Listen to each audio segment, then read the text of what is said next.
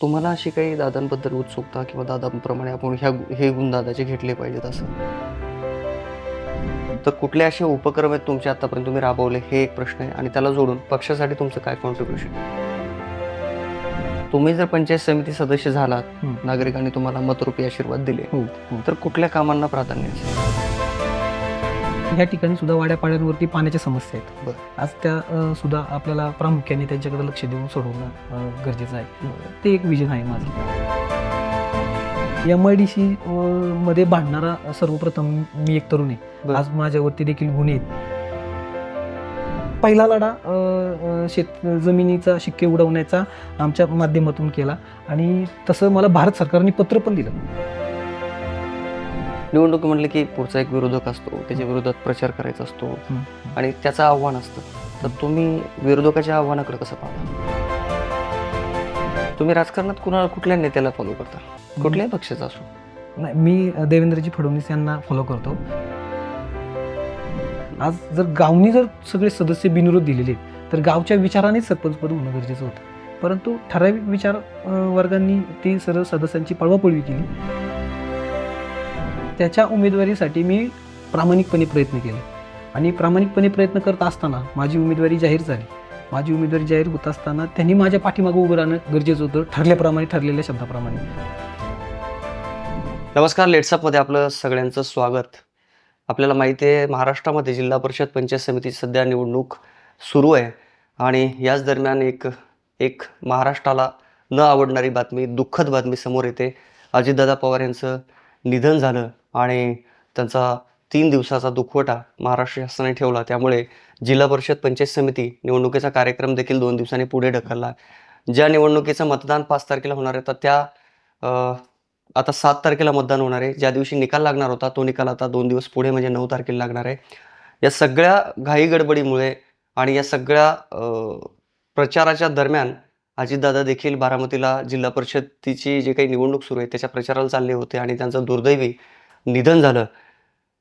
आता मी मावळ तालुक्यामध्ये आहेत आणि मावळ तालुक्यामध्ये वैराळे या गणातील पंचायत समिती या पदासाठी जे उमेदवार उभे आहेत, भारतीय जनता पार्टी आणि शिवसेनेचे अधिकृत उमेदवार रवी निवृत्ती शेटे, तुमचं स्वागत आहे लेट्सअप मराठीमध्ये.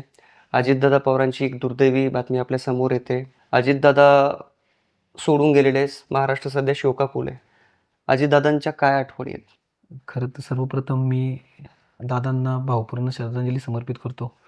त्याच पद्धतीने आमचे मावळच्या पहिल्या महिला आमदार रुपलिकाताई ढोरे यांचं देखील त्याच दिवशी दुःखद घटना घडली. त्यांना देखील मी भावपूर्ण श्रद्धांजली समर्पित करतो. खरं तर जिल्हा परिषद पंचायत समितीचे इलेक्शनचा पिरियड चालू आहे आणि प्रचार यंत्रणा चालू होत्या. रोजचे सकाळीप्रमाणे आम्ही देखील सर्व कार्यकर्ते आमच्या प्रचार यंत्रणेत मग्न होतो आणि अचानक 8-8:30च्या दरम्यान एक फोन आला. मी आणि माझा एक मित्र होतो. आम्ही आमचं पूर्ण दौऱ्याचं कामकाज चालू होतं. अशी बातमी दादांच्या बाबतीत ऐकल्यावर तर मन सुन्न झालं. खरं तर ही सर्व गोष्ट समजताच कानावरती विश्वासच बसत नव्हता आणि त्या सर्व प्रक्रियेत मनामध्ये एकच अशी हे येत होती की बाबा ही बातमी खोटी ठरावी, ही बातमी चुकीची ठरावी, अशा पद्धतीचं प्रार्थना करत होतो. परंतु न्यूज चॅनलवरती सर्व प्रकार पाहिला तर तो पूर्णपणे मन सुन्न करणारा होता आणि दादांच्या बाबतीतले सर्व त्या दादांची शैली काम करायची, दादांच्या ज्या पद्धतीने त्यांची भाषणं असायची, त्यांचे जे दौरे असायचे, जे सकाळी उठल्यानंतर ते काम करण्याची त्यांची कार्याची पद्धत होती, ते कार्यकर्त्यांसोबत कसे जिव्हाळ्याने बोलत होते, काही कार्यकर्त्यांसोबत ते रोखठोक बोलायचे, ही सर्व त्यांचा जो काही जीवनपट आहे तो असा डोळ्यासमोर येऊ लागला.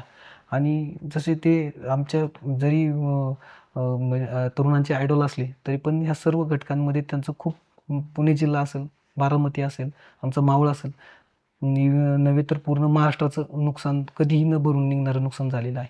आणि ह्याच प्रक्रियेमध्ये दादांबाबतीत काय सांगणार, आज एवढं मोठं नुकसान महाराष्ट्राचं झालेलं आहे. त्यांची आठवणींमध्ये एक आठवण आम्हाला एक जवळून पाहायला मिळाली, ती म्हणजे आम्ही एक सामुदायिक विवाह सोहळा आमच्या कानेफाट्यामध्ये या ठिकाणी केला होता आणि त्या सामुदायिक विवाह सोहळ्याला दादा आवर्जून उपस्थित होते. त्या उपस्थितीमध्ये आम्हाला एकदम जवळून सहवास त्यांचा लाभला. ते कार्यक्रमामध्ये देखील त्यांची कार्यक्रमाची जी त्यांची कार्याची झलक होती, पूर्णपणे कार्यरत असायचे. ज्या कार्यक्रमात आले तरी पण बाकीच्या कार्यांचा सुद्धा ते आढावा घेत होते. आज तुम्ही ती त्यांची वर्तमानपत्रामध्ये आणि पण टी व्ही चॅनलची बातमी पाहिली तर त्या जी घटना घडली त्या घटना खूप दुर्दैवी घटना होती. आणि अशा दुर्दैवी घटनांमध्ये देखील आपण कशाप्रकारे सामोरं जायचं काय म्हणजे मला विश्वासच बसत नव्हता. अशा सर्व गोष्टींचा हा प्रकार घडून गेलेला आहे. अजितदादांनी जुना काळ पण बघितला आहे. म्हणजे स्वर्गीय विलासराव देशमुख असतील, गोपीनाथ मुंडे असतील, राराराब असतील, या सगळ्या मंडळीसोबत पण काम केलेलं आहे. आतासुद्धा ते नवीन फळीसोबत काम करत होते. त्यांचं वय वर्ष 66 सध्या सुरू होतं.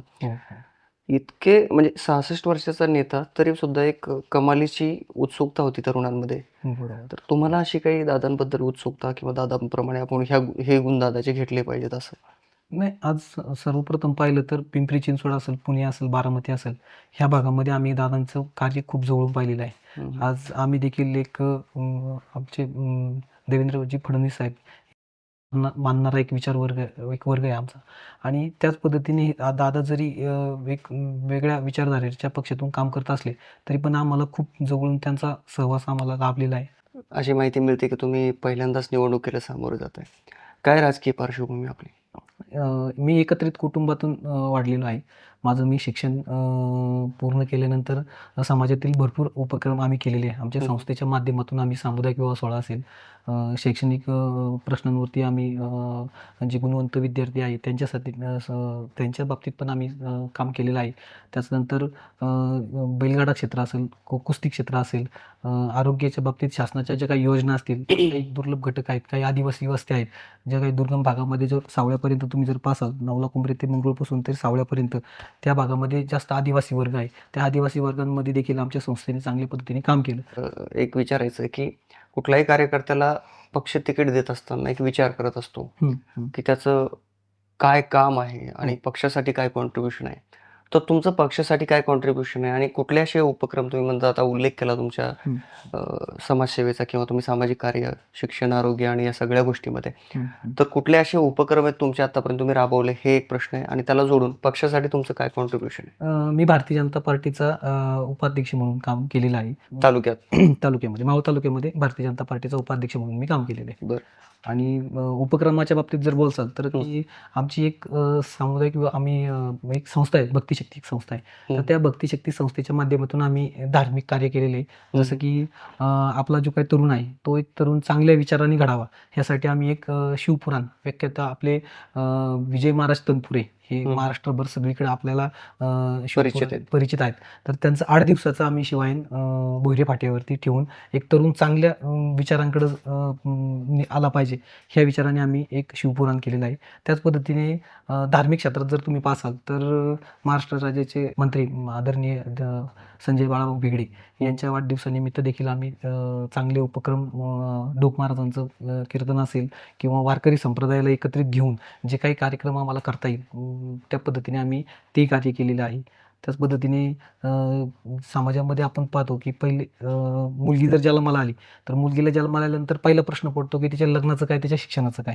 तर त्या आमच्या संस्थेने ह्या सर्व जुन्या पद्धती पाहिल्या होत्या की बाबा एखाद्या कुटुंबातल्या मुलगीचं जर लग्न करायचं असेल तर त्या लग्न करत असताना त्या कुटुंबाला म्हणजे पूर्ण शेतीबाडी विकावी लागते किंवा ह्या समाजातल्या ज्या काही रूढी जुन्या पद्धती आहेत त्या पद्धतींच्या गाड्यातून तो जात असताना तो आपलं पूर्ण घरदार जरी विकायची वेळ आली तरी तो करतो, कर्जबाजारी होतो. आणि कर्जबाजारी होऊन नाही त्या पद्धतीने आपण बघतो घटना घडतात. तर त्या घटना घडू नये म्हणून आम्ही 11 रुपयात एक लग्न लावायचा असा संकल्प केला. आणि तो संकल्प करत असताना भोयरे फाट्यावरती ज्यावेळेस आम्ही हा कार्यक्रम करायचं ठरवलं तर ते ठरवत असताना अक्षरशः समाजातील भरपूर घटक आम्हाला विचारत होते की बाबा आज ही जी काही पोरं आहेत ह्या पोरांचं एकाच सुद्धा लग्न झालेलं नाहीये आणि ही मुलं लग्न लावतील का असा एक प्रश्न आमच्या पुढे समाजाने केला होता. परंतु आम्ही ज्या दिवशी ते संस्थेचं आम्ही ध्येय ठेवलं, आमच्या जो काही आमचा ग्रुप होता त्या ग्रुपमध्ये कुणाचंही लग्न झालं नव्हतं, परंतु पहिल्याच वर्षी आमच्या सामुदायिक विवाह सोहळ्यामध्ये 47 लग्नांची नोंद झाली आणि आम्ही ती चांगल्या पद्धतीने हिंदू शास्त्र. तुमचं वय किती होतं तेव्हा? त्यावेळेस माझं वय एक 26-27 वय होतं. फार कमी वयात तुम्ही 26. सगळे हे हो. सगळ्या गोष्टी सुरू केल्या. हो. त्या व्यतिरिक्त दुसरे कुठले उपक्रम? त्यानंतर आपण कुस्ती क्षेत्रामध्ये आज मला तुम्ही स्वतः पैलवान आहेत का? हो, मी स्वतः पैलवान आहे बरं. आणि आजही तुम्ही जर पाहायला गेलात तर मी आजही व्यायाम करून पूर्ण प्रचार यंत्रणा चालू करणारा कार्यकर्ता आहे. बरं. आजही मी व्यायाम करतो. सकाळी व्यायाम करायचा आणि नंतर सकाळी व्यायाम करतो मी दररोज. माझ्यासोबत माझे व्यायाम करणारे भरपूर सहकारी आहेत. त्यांच्यासोबत सुद्धा माझा व्यायाम चालू असतो. बरं. राजकीय पार्श्वभूमी काय? राजकारणाकडे कसे वळालात? खरं तर राजकीय पार्श्वभूमी जर तुम्ही विचारसाल तर नवला कुंभरे गाव हे जे आमचं ज्या गावात मी राहतो त्या गावामध्ये भैरवनाथ महाराज म्हणजे हे एक 12व्या शतकातलं मंदिर आहे. श्रीराम मंदिर म्हणजे जे रामांचं मंदिर आहे ते सुद्धा 12व्या शतकातले आणि एक मस्जिद सुद्धा आमच्या 12व्या शतकातली नवला कुंभरे या गावामध्ये. बरं. तर ऐतिहासिक आहे. ऐतिहासिक आहे आणि तिथं तुकाराम महाराजांची एक बाजारपेठ सुद्धा तिथं आहे. तुकाराम महाराज ज्यावेळेस भंडाऱ्यावरून बाजारपेठेला यायचे तर एक नवला कुंभरे गाव हे पुरातन खात्यामध्ये सुद्धा त्याच्या नावाचा उल्लेख आहे आणि त्या गावाची यात्रा म्हणजे भैरवनाथ महाराजांची यात्रा आणि ती यात्रा खूप मोठ्या थाटामाटात होत असते. पंचक्रोशीतील सर्व समाज त्या यात्रेला आशीर्वादासाठी त्या मंदिरामध्ये आणि त्या कार्यक्रमात होणाऱ्या उपक्रमाचा आनंद घेण्यासाठी येत असतात. तर त्या गावानी एकमुखाने मला अध्यक्ष केलं कारण का माझी थोडीशी एक कुस्ती क्षेत्रात आवड असल्या कारणाने आखाडा चांगल्या पद्धतीने भरला पाहिजे हे गावाचं एक मताने तुमची निवड केली. हो, एक मताने माझी अध्यक्ष म्हणून निवड झाली.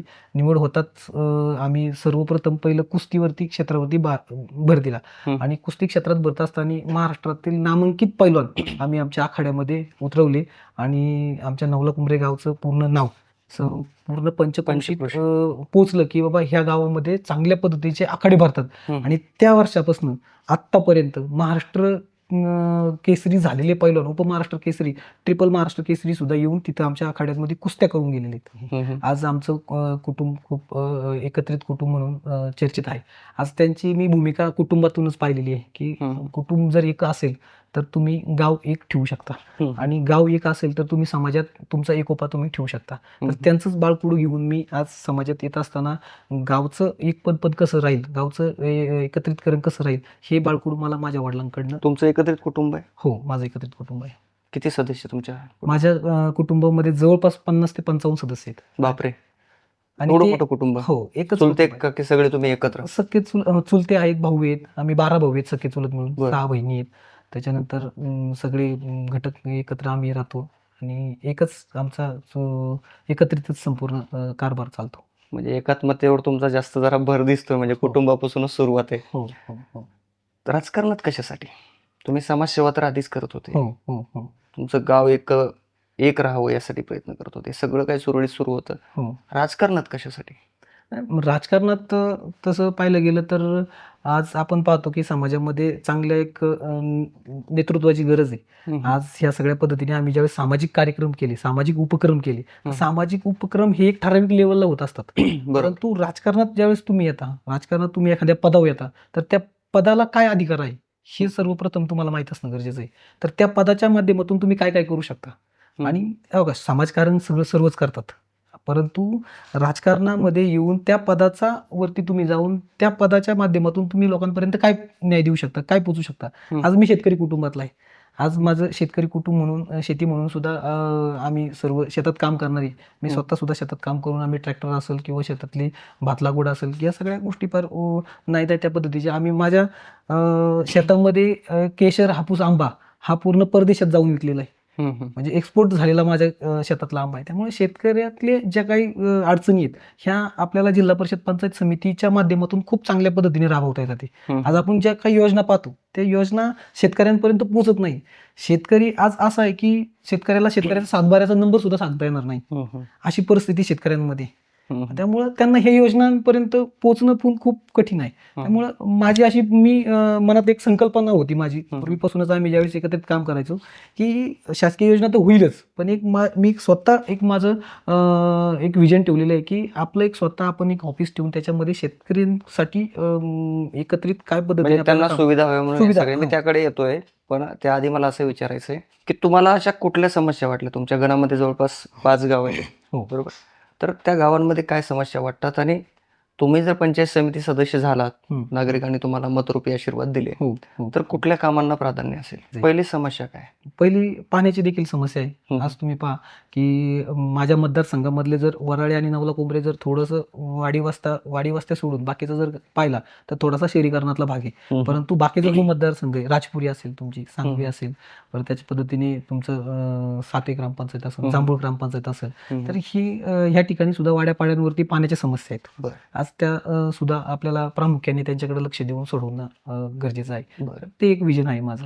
दुसऱ्या कुठल्या गोष्टी करायच्यात निवडून गेल्यानंतर? निवडून गेल्यानंतर गाव पातळीचं कसं होतं की ज्यावेळेस तुम्ही एखाद्या इलेक्शन लढता, तर इलेक्शन लढल्यानंतर गाव पातळीवरती सुद्धा काही गोष्टींचं आपल्याला योगदान देणं गरजेचं असतं. गाव पण स्थानिक प्रश्न. स्थानिक प्रश्न असतात ते. आणि रोजगाराच्या बाबतीत जर तुम्ही म्हणसाल की दुसरा सर्वात महत्वाचा जर प्रश्न MIDC आहे तुमच्या हो म्हणजे गणामध्ये? तसं जर पाहायला गेलं तर आशिया खंडातली सर्वात मोठी MIDC ही आमच्या नवला कुंभरे गावात आहे. बरं. आणि नवला कुंभरे गावाचा परिसर म्हणजे नवला कुंभरे ग्रामपंचायत, आंबी ग्रामपंचायत हं. आणि वराळे ग्रामपंचायत ही तिन्हींचा सेंटर असणारं आमचं गाव आहे. हं. हं. नवला कुंभरे गाव आहे. आणि ह्या नवला कुंभरे गावामध्ये खूप मोठ्या मोठ्या कंपन्या आल्या. आता एक हुंडाई कंपनी आलेली आहे. हं. हं. ही खूप मोठं त्यांचं विजन आहे त्या हुंडाई कंपनीचं. जवळपास दरवर्षी 3 लाख गाड्यांचं प्रोडक्शन होणार आहे. हं. त्याच पद्धतीने एक हॅवमोर आईस्क्रीम कंपनी, आशिया खंडातली फूड इंडस्ट्रीत सर्वात मोठी कंपनी. हं. आणि ह्या कंपनीमध्ये बाहेरचे परप्रांतीय म्हणजे तुमचं पार गुजरात असू दे, UP राज्यात असू दे, UP बिहार असू दे, इकडे कोल्हापूर, आपल्या महाराष्ट्रातले देखील कोल्हापूर, सातारा, सांगली पासून लोक इथं येतात आहे. आणि आमच्या नवला कुंभऱ्याची जेवढी लोकसंख्या आहे त्याच्यापेक्षा 2 पटीची लोकसंख्या ही बाहेरचे येऊन कामगार राहून इथं उपजीविका साधतात आहे. परंतु स्थानिकांना काही गोष्टींचं प्राधान्य रोजगार मिळत मिळत नाही नाही. आणि रोजगार मिळत नाही. तर आम्ही आमच्या माध्यमातून देखील काही स्थानिकांना रोजगार मिळवण्यासाठी आम्ही आंदोलन पण केले. बरं, हे झालं तुम्ही निवडून आल्यानंतर सांगताय, पण निवडून यायच्या आधी असं काय केलंय तुम्ही? की MIDC मध्ये भांडणारा सर्वप्रथम मी एक तरुण आहे. बरं. आज माझ्यावरती देखील गुन्हे आहेत. काय केलं होतं तुम्ही? आम्ही एक आंदोलन केलं होतं. बरं. MIDCच्या विरोधात आम्ही एक आंदोलन केलं होतं. हं. तर ते आंदोलन करत असताना त्या आंदोलनाचे गुन्हे देखील आमच्यावरती आहे. बरं. तर त्यामध्ये शेतकऱ्यांचा एक प्रश्न आम्ही मार्गी लावला होता की MIDC मध्ये ज्यावेळेस MIDCचे शिक्के पडले होते जागेवरती, तर त्या MIDC डेव्हलप करून कंपन्यांना देतात. तर आमची भूमिका अशी होती तरुणांची की ही जागा आमची आहे. हं. आम्ही आमच्या पद्धतीने डेव्हलप करू आणि आम्ही आमच्या पद्धतीने कंपन्या आणू आणि आम्ही आमच्या पद्धतीने कंपन्यांसोबत डायरेक्टली काम करू की जेणेकरून आम्हाला आमच्या तरुणांना काम मिळेल. कारण का MIDC मार्फत ज्या कंपन्या होतात त्या ठिकाणी शक्यतो लोकांना रोजगार निर्मिती स्थानिकांना मिळत नाही. परंतु आमच्या जर स्वतःच्या जागा शेतकऱ्यांच्या असतील आणि स्वतः जर समजा कंपन्यांसोबत काही कामाची जर जुळवणी करत असेल तर रोजगाराची संधी खूप मोठ्या प्रमाणात होती. हं. म्हणून मी पहिला लढा जमिनीचा शिक्के उडवण्याचा आमच्या माध्यमातून केला. आणि तसं मला भारत सरकारने पत्र पण दिलं. बरं. भारत सरकारने पत्र दिलं की तुम्ही जे आंदोलन करताय ते आंदोलनाचा त्यांनी केंद्रबिंदू मानला. अक्षरशः खूप अटीतटीवरती ते आंदोलन गेलं होतं. हं. हं. मी एक स्वतः व्यवसाय की माझा एक पेट्रोल पंप आहे. बरं. HPCL पेट्रोल पंपाच्या परिवारामधून मी काम करतोय आणि बरं. ती एक HPCL एक गॅस लाईन चालू होती, ती आम्ही अडवली होती. ते अडवण्याचं कारण एकच होतं की आमच्या जागेवरची तुम्ही शिक्के काढा. हं. आणि ते शिक्के काढत असताना त्यांनी मला ते खूप फार प्रेशराईज झाले की मला वरून HPCLच्या कंपनीकडनं पण बोलवून आलं की बाबा आपण एका परिवारात आहे आणि हं. तुम्ही ती लाईन अडवताय, तुम्ही आपल्या परिवाराच्या विरुद्ध जाताय. तर म्हणलं माझा एक पंप जरी मला जरी त्याग करावा लागला तरी पण जवळपास एवढा मोठा जर भूखंड आमचा जर वाचत असेल आणि त्या भूखंडावरती आमच्या स्वतःच्या काही जागा आहेत, काही आमच्या भावकीतल्या जागा आहेत, गावकीच्या जागा आहेत, काही पाहुणे मंडळीच्या जागा आहेत, हं. तर हं. यांच्यावरती रोजगार निर्मिती चांगल्या पद्धतीने होईल. शेवटी भारत सरकारच्या पत्र आलं आम्हाला, माझ्या नावानिशी पत्र आलं की तुमच्या ज्या मागण्या आहेत त्या आम्ही मान्य करतो, परंतु आम्हाला तुम्ही सहकार्य करा, थांबवलेलं काम तुम्ही चालू करा. आम्ही 20 जुलैच्या आतमध्ये तुम्हाला तुमच्या जमिनीवरचे शिक्के उठवण्याची अधिसूचना देतो. आणि ती अधिसूचना स्वतः माझ्या नावाने देखील त्यांनी प्रसिद्ध करून MIDCचे शिक्के उठवले. MIDCचे शिक्के उठवल्यानंतर तिथं आता 4 ते 5 कंपन्या झालेल्या आहेत. बरं. आणि त्या 4 ते 5 कंपन्यांमध्ये स्थानिकांनाच रोजगार मिळालेला आहे. तुम्ही जाऊन चौकशी करू शकता. अरे वा. तुमचे वडील आता निवृत्तींना हे सभापती राहिलेले आहेत. हो.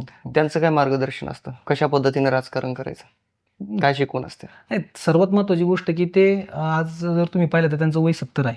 हं. आणि भारतीय जनता पार्टीचे कोर कमिटीचे अध्यक्ष म्हणून ते आज सक्रिय तालुकाभर म्हणजे पूर्ण तालुकाभर ते फिरत असतात. हं. आणि त्यांची एक शिकवण आहे की आज मला त्यांची माझ्या कुटुंबापासूनच पहिली शिकवण मिळालेली की एकत्रित कुटुंब जे त्या पद्धतीने त्यांनी आजपर्यंत चालवत आणलेले आहे आणि त्याच पद्धतीने गाव पातळीवरती सुद्धा कुठल्याही प्रकारचा तीड नको म्हणून ते गाव पातळीवरती सुद्धा एकात्मता टिकवण्याचं काम करतात. आणि त्यांनी ह्या सगळ्या गोष्टीचा आज मी प्रचार यंत्रणा करत असताना ज्या ठिकाणी गाव भेट दौरा जातोय त्या ठिकाणी त्यांचा चांगल्या पद्धतीचा त्यांच्या नावाचा म्हणा किंवा त्यांच्या कार्याचा एक चांगला प्रतिसाद मला मिळतो त्यात. कधीपासून आहेत भाजपशी कनेक्ट तुमच्या घरात? माझे वडील 2000 साली भारतीय जनता पार्टीचे पंचायत समिती सदस्य होऊन सभापती झालेत आणि त्याच्या अगोदर देखील ते जनसंघापासून भारतीय जनता पार्टीशी कनेक्ट. आता त्यांनी निवडणूक म्हणजे हा विश्वनाथ तात्या भेगडे असतील त्यांच्या पूर्वीपासून खांद्याला खांदा लावून त्यांनी काम केलेले, दिगंबरदादा भेगडे असतील, नंतर बाळाभाऊ भेगडे असतील, या सर्व कुटुंबाशी त्यांनी एकत्रित येऊन आज निष्ठ कुटुंब म्हणून आमच्याकडे भारतीय जनता पार्टीकडे पाहिलं जातं. बर. निवडणूक म्हटलं की पुढचा एक विरोधक असतो, त्याच्या विरोधात प्रचार करायचा असतो आणि त्याचं आव्हान असतं. तर तुम्ही विरोधकाच्या आव्हानाकडे कसं पाहता? नाही, विरोधकाच्या आव्हानाकडे म्हणण्यापेक्षा की ह्या सगळ्या प्रक्रियेमध्ये आज शब्द म्हणून जे काही पाळला पाहिजे गाव पातळीवरती, जे आमच्या गाव पातळीवरती काही गोष्टी मंदिरामध्ये देखील घडल्या होत्या, तर त्या सगळ्या गोष्टींमधून आपण आपलं विजन स्पष्ट आहे. आपण कुठल्याही प्रकारचा ह्या यंत्रणेत जात असताना आपलं जे काही सामाजिक कार्य आणि आपण जे काही पार्टीने दिलेली जबाबदारी आहे त्या जबाबदारीला प्राधान्य देऊन आपण पुढं कार्यरत आहोत. तुम्ही सुरुवातीला सांगितलं की युवा वर्गाने राजकारणात आलं पाहिजेत. हो. का आलं पाहिजेत? कारण अनेक युवांचा राजकारणाकडे पाहण्याचा दृष्टिकोन फार नकारात्मक झालेला आहे, हो. की राजकारणी लबाड असतात, आश्वासन देतात, काही करत नाहीत. असंच एकूण हे खुलेपणाने यासाठी बोलतो कारण सोशल मीडिया कुठलीही उघडली की असं आपल्याला पाहायला मिळतं. बरं. तुमचं काय निरीक्षण आहे? युवानी राजकारणात यावं की नाही यावं? नाही, तुम्ही जर आता जर राजकारण जर पाहिलं तर 20 वर्षापूर्वी 15 वर्षापूर्वी जी काही राजकारण घडायची ती खूप वेगळ्या पद्धतीची राजकारण होती. एखादा चांगला नेता आला, एखादी सभा झाली आणि त्या सभेमध्ये जर चांगल्या पद्धतीचं संबोधन केलं तर लोक पूर्णपणे मताचं परिवर्तन व्हायचं. परंतु आता तशी परिस्थिती नाही आहे. आता तरुण वर्गांनी पूर्ण हे इलेक्शन हातात घेतलेले आहे किंवा राजकीय जो काय आहे तरुण वर्ग आहे या सोशल मीडिया खूप ॲक्टिव्ह झालेली आहे. कुठलीही एखादी चुकीची गोष्ट असेल तर त्या समाजाला लगेच कळते. परंतु ती तरुणांना म्हणजे जागृत आहेत खूप. पूर्वी कसं असायचं की इलेक्शन म्हणलं तर एखादा चांगला नेता आला, त्यांनी सभा केली का ते इलेक्शनचं वातावरण पूर्ण व्हायचं.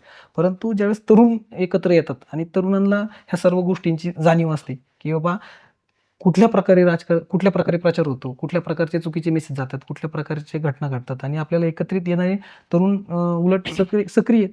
आज आपण पाहतो की त्यांना रोजगाराशी महत्त्व आहे.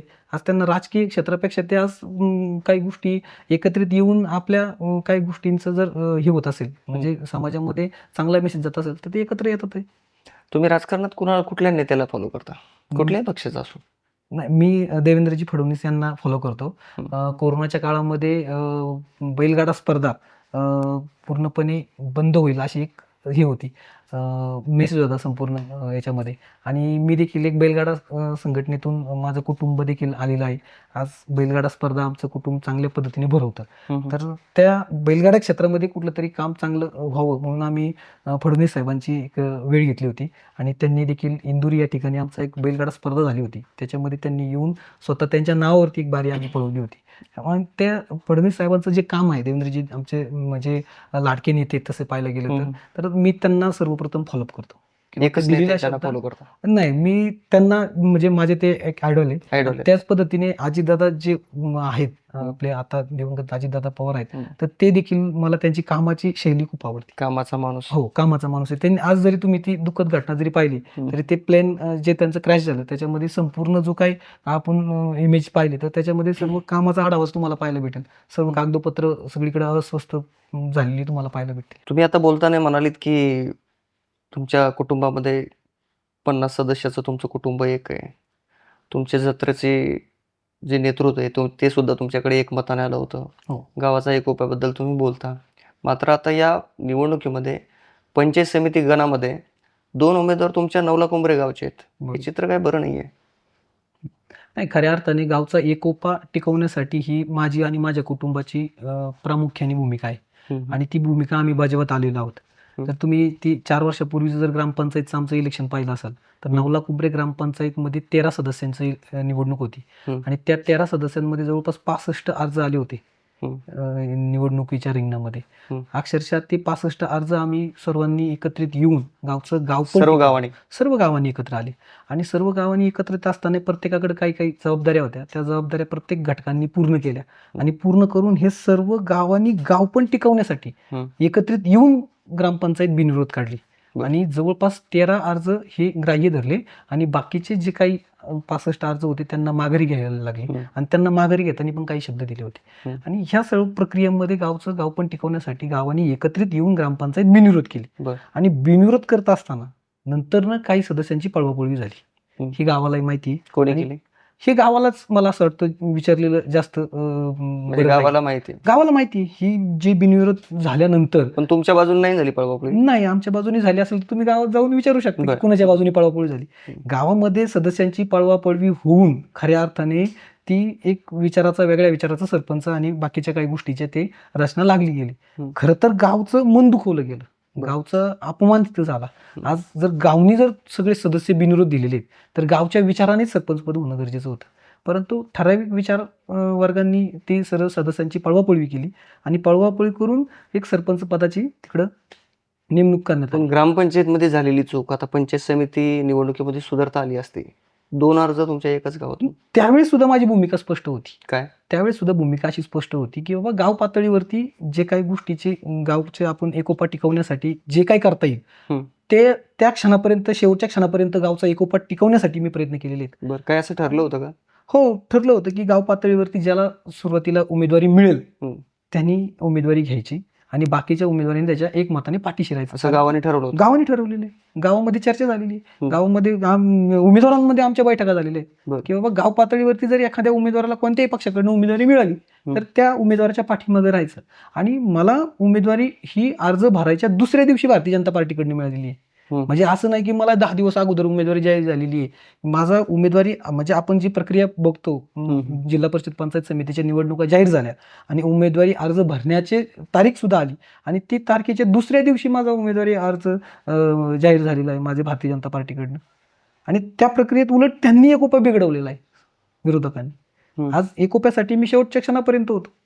आज दुसरी आणि त्यानंतर देखील उमेदवारी जाहीर झाल्यानंतर देखील गावात एक बैठक झाली होती आणि त्या गावातल्या बैठकीमध्ये सुद्धा मी माझं स्पष्ट मत मांडलं होतं की गावाच्या एकोप्यासाठी मी अजूनही काही गोष्टींचा विचार पार्टीला किंवा कोर कमिटीला सांगून घेऊ शकतो. तुम्ही जे काही बाकीचे काही माघार घेतली असते, गावाने सांगितलं असतं. गावाच्या पुढे मी नाहीये.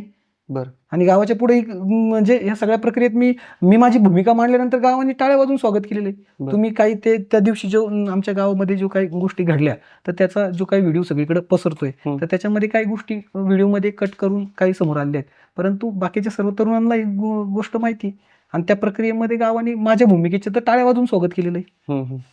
त्यामुळे गावचं एकोपा टिकवण्यामध्ये आमचं कुटुंब आणि आम्ही सदैव तत्पर होतो आणि ते आहे. गावचं एकोपा जे काही बिघडवण्याचं काम ग्रामपंचायतच्या माध्यमातून झालेले आहे.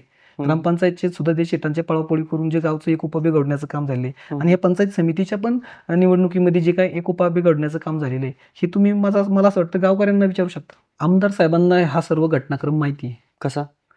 की कडलक ज्यावेळेस माझ्याकडे आले त्यावेळेस मला म्हटले की आपल्याला आमदार साहेबांकडे ह्या ज्या काही पाठिंब्याच्या गोष्टी आहेत आपण बोलल्या गेल्या पाहिजे. म्हणून त्यांना मी आमदार साहेबांची आमची बैठक झालेली आहे. आम्ही त्यांच्यासोबत बैठक केली होती आणि त्याच्यामध्ये त्यांना आम्ही सांगितलं होतं की गाव म्हणून तुम्ही त्यांना उमेदवारी जर दिली तर आम्ही त्यांच्या पाठीशी उभं राहू. ही एवढा आम्ही त्यांना शब्द दिला होता. परंतु आमदार साहेबांना ही खात्री नव्हती की कडलक हा निवडून येणारा उमेदवार आहे. असं कसं? त्याला दुजारा म्हणून तुम्हाला मी अजून एक गोष्ट सांगतो की वडगावच्या जाहीर सभेमध्ये स्वतः आमदार साहेबांनी सांगितलं होतं की लढणारा उमेदवार आमचा हा अतुल मराठे असणार आहे आणि बिनविरोधसाठी आमचा उमेदवार हा कडलक असणार आहे. त्यामुळं आमदार साहेबांनाच याची खात्री नव्हती की हा उमेदवार निवडून येईल का नाही येईल. पुढं असं झालं की त्याच्या उमेदवारीसाठी मी प्रामाणिकपणे प्रयत्न केले आणि प्रामाणिकपणे प्रयत्न करत असताना माझी उमेदवारी जाहीर झाली. माझी उमेदवारी जाहीर होत असताना त्यांनी माझ्या पाठीमागं उभं राहणं गरजेचं होतं ठरलेल्या शब्दाप्रमाणे. परंतु त्यांनी तसं केलं नाही आणि माझ्या विरोधात माझं नाव बदनाम करण्यासाठी त्यांनी संपूर्ण गाव गोळा करून भैरवनाथाच्या मंदिरामध्ये एक मिटिंग घेतली आणि त्या मिटिंगमध्ये संपूर्ण गावापुढं जो काही प्रकार होता तो समोर झाला आणि त्या प्रकार गावापुढे समोर झाल्यानंतर गावाने त्या माझ्या भूमिकेचं टाळ्या वाजून स्वागत केलेलं आहे आणि येणाऱ्या काळामध्ये भैरवनाथ महाराजच त्या सर्व गोष्टीचा न्यायनिवाडा करील. शेवटचा प्रश्न, रवी शेट्टे यांना लोकांनी का मतदान करावं? रवी शेटे मतदान म्हणण्यापेक्षा रवी शेट्टीची जी काही कार्य रवी शेट्टीने केलेली आहेत आणि रवी शेट्टे एक विचारधारणेतून पुढे आलेले व्यक्ती आहे आणि ह्या सगळ्या गोष्टींमध्ये आम्ही ज्यावेळेस काम करतो तर त्यावेळेस ज्या कामाचा आपल्याला जो मागचा अनुभव होता आणि त्या कामाच्या पद्धतीने मला एकत्रित जे काही संघटित काम करायचं आहे तर त्या एकत्रित संघटित काम करत असताना मला चांगल्या पद्धतीचा प्रतिसाद मिळालेला आहे म्हणून त्यांनी रवी शेट्टीला मतदान करावं. नक्कीच तुमच्या राजकीय वाटचालीसाठी खूप खूप शुभेच्छा. तर हे होते रवी शेट्टे, वरळी गणाचे पंचायत समितीसाठी शिवसेना भाजपचे उमेदवार. त्यांनी जे काही आपलं विजन असेल, ज्या काही त्यांच्या राजकारणाबद्दलचा पाहण्याचा दृष्टिकोन असेल, ह्या सगळ्या गोष्टी आपल्यापर्यंत मांडल्या आहेत. रवी भाऊ, थँक्यू सो मच आमच्याशी बोलल्याबद्दल. सोशल मीडियाच्या भाऊ गर्दीत विश्वासार्हतेने चकाकणारे नाव म्हणजे लेट्सअप मराठी. नाही, सगळ्या नागरिकांना ती स्पीच ती right लेट्सअप वरील मुलाखती म्हणजे विचारांचा खजिना. त्यानंतरच्या निवडणुकीमध्ये मला सोडून गेले. बातम्या केवळ वस्तुस्थिती सांगणाऱ्या, न प्रोपगंडा, फक्त जनतेचा अजेंडा. क्योंकि आने वाला कल जाने वाला है, जाने वाला कल आने वाला है. राजकारण, मनोरंजन असो की क्रीडा क्षेत्र, महाराष्ट्राची स्पंदने संवेदनशीलतेने टिपणारे माध्यम म्हणजे लेट्सअप मराठी. जगासोबत एक पाऊल पुढे राहण्यासाठी लेट्सअपचे ॲप, सोशल मीडिया आणि वेबसाईट सोबत कनेक्टेड रहा.